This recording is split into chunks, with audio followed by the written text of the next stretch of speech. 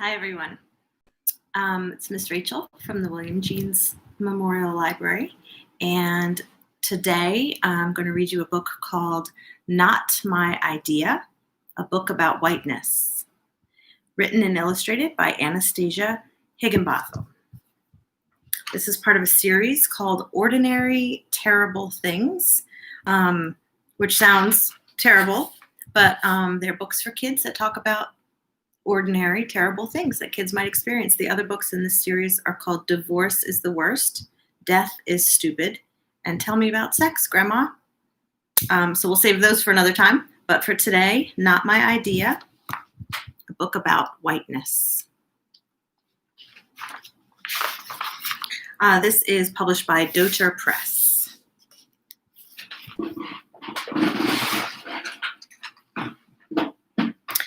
In a 1993 interview, Toni Morrison said about racism in America, "White people have a very, very serious problem, and they should start thinking about what they can do about it." She added, "Take me out of it." Those words landed in me, that's the author speaking, as a direct command. I made this book for my own white sons, with help from their teachers and mine. It's dedicated to the Brooklyn Free School, where my family was first called upon to engage with whiteness in order to dismantle white supremacy. When grown-ups try to hide scary things from kids, oh no, not again. Let's see what she's watching on TV. What? Mom, what not again? It's usually because they're scared too. Who is that with their hands up? Why is that policeman screaming at him? Bang, bang, bang, bang, bang. Just pressing the power button on the remote. They want to bury the truth. Mom? Hold on. You don't need to worry about this. You're safe. Understand? And the little girl is thinking, no, I don't understand. Our family is kind to everyone. We don't see color. That's what Mom says. Deep down, we all know color matters. Here's a drawing that the girl is doing. Skin color makes a difference in how the world sees you and in how you see the world. I want to bring my aunt a gift. This will only take a minute.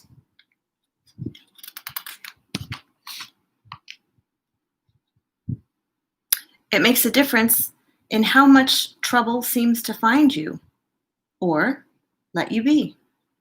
So here are two kids in a fancy shop, and they're both looking at some of the beautiful things in the shop, but the security guard is only watching one child.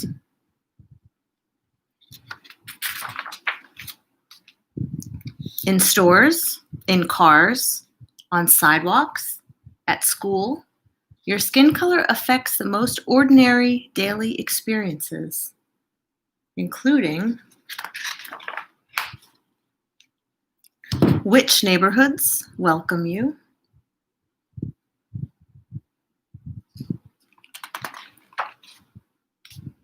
so relieved you're home safely. Well, why wouldn't we? The protests! They're blocking the road. Marchers came to demand justice for the unarmed African American. They demand an end to killings across the nation, part of a shameful pattern that has claimed the lives, particularly of young men of color. Marchers referenced past victims and a video taken by a bystander. That's what's coming from the TV news. Breaking news, family speaks out on police shooting. You may get the message that racism is happening only to black and brown people. Racism is a white person's problem, and we are all caught up in it. This person says, I can't watch the news. And this person says, that police officer was just doing his job. And the little girl is watching the TV screen and seeing the family who is crying. Mostly by refusing to look at it. The grown-up says, "Come away from the TV now. Look, I made your favorite." Trying to distract the girl with a favorite treat. And the TV says, "Racial justice, we must step up." And the book says, and I'm saying, you can face this. Understanding the truth takes courage, especially a painful truth about your own people, your own family. Mom's looking in the rearview mirror at the girl and says, "Are you all right?"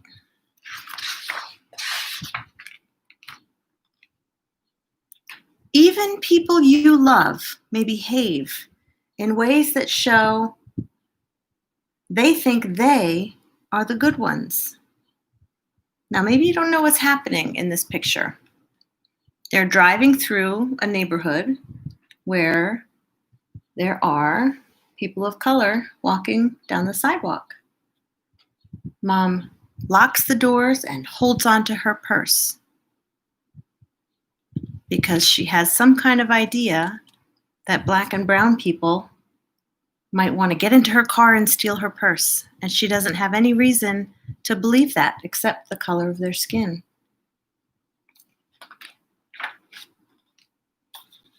Racism was not your idea. You don't need to defend it. You can bring your curiosity to learn about it and see that it's true. And can you see where they're going? One of my favorite places, the public library.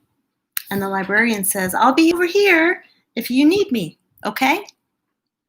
And as soon as we open up and you're allowed to come back inside the library, you can be sure that I will be there to help you find whatever you need to meet your curiosity about history and about current events and about whiteness and about racism.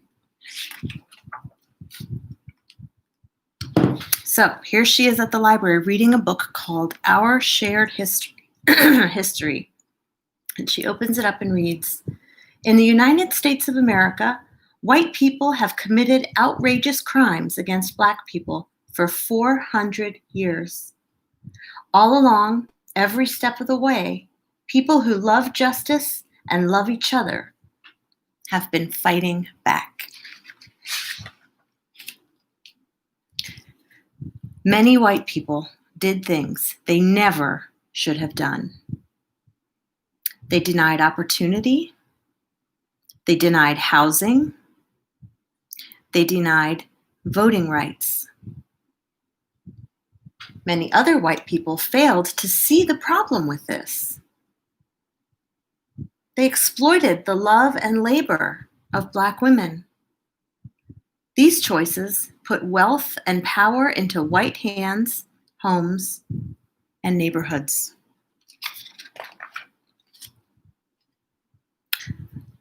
Some white people joined the leaders of Black liberation. Liberation is love plus freedom."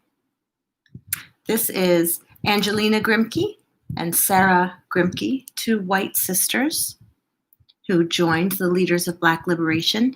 And for parents, if you have ever read or would like to read The Invention of Wings by Sue Monk Kidd, it is historical fiction about the Grimke sisters.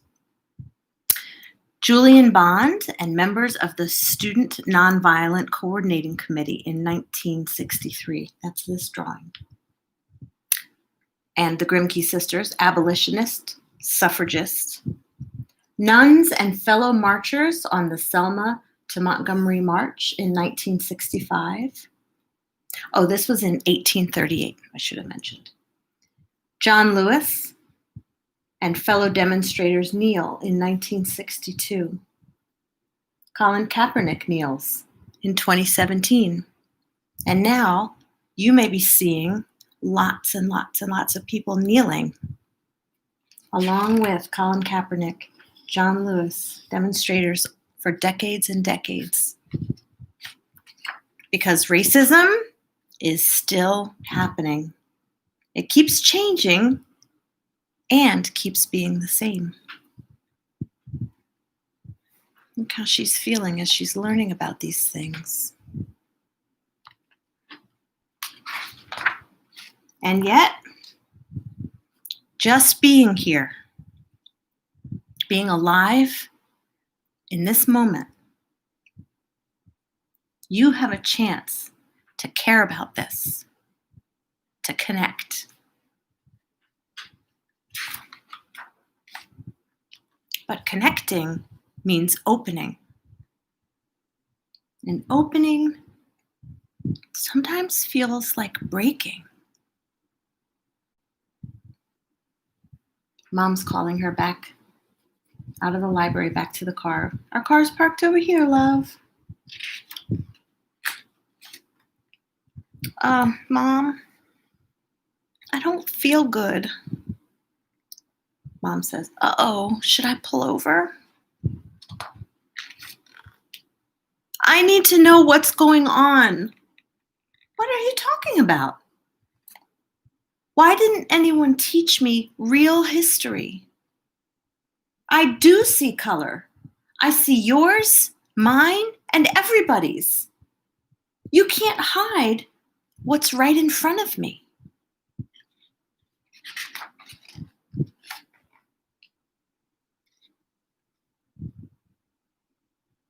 I know that what that police officer did was wrong.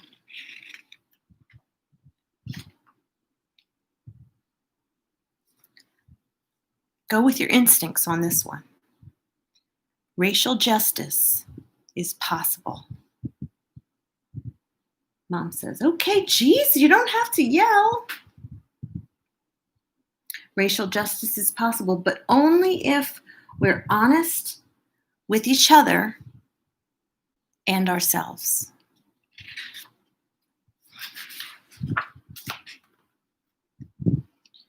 I see a playground over there. Want to get some air? Says Mom, and the little girl says, yes. She runs over to the playground.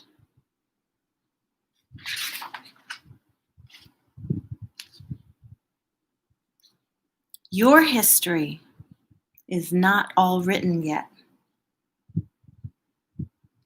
What do you want it to say?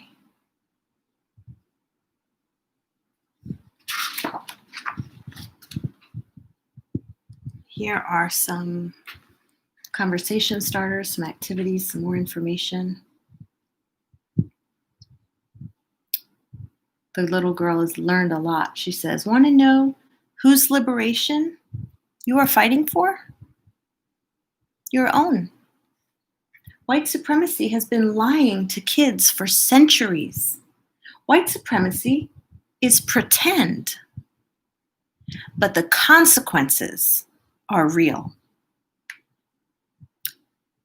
The truth is much simpler. This is dangerous. This is not dangerous.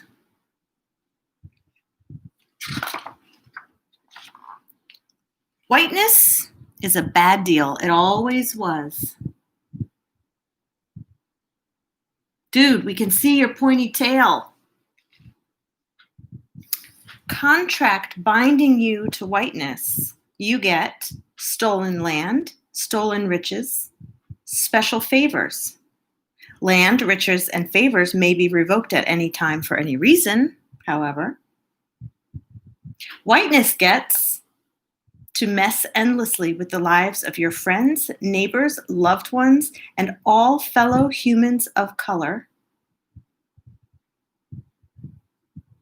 And whiteness gets your soul for the purpose of profit. You don't have to sign that contract. You can be white without signing on to whiteness. Juliet Hampton Morgan. She was born in 1914 and she died in 1957. She said, "Do not mess with me." And guess what? She was a librarian. I like her a lot. Juliet was a white librarian who fought for racial justice in Montgomery, Alabama.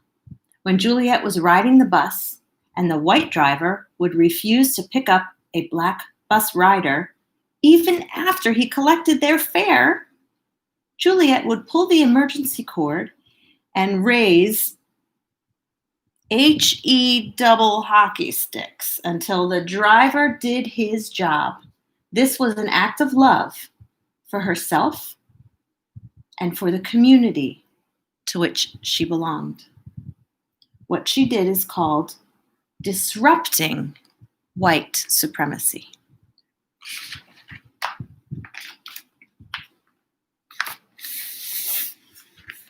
Grow justice inside yourself, like a bean sprout in a milk carton. What if it dies? Plant it again. Never stop planting justice. A strong internal sense of justice will not fail you, even when a lack of justice in the world does.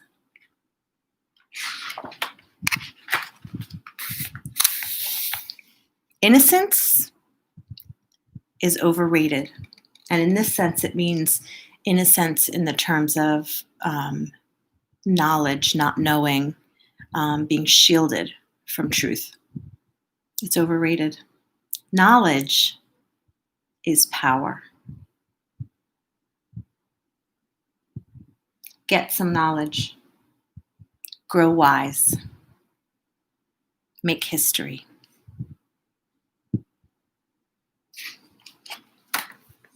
Get some knowledge. Grow wise.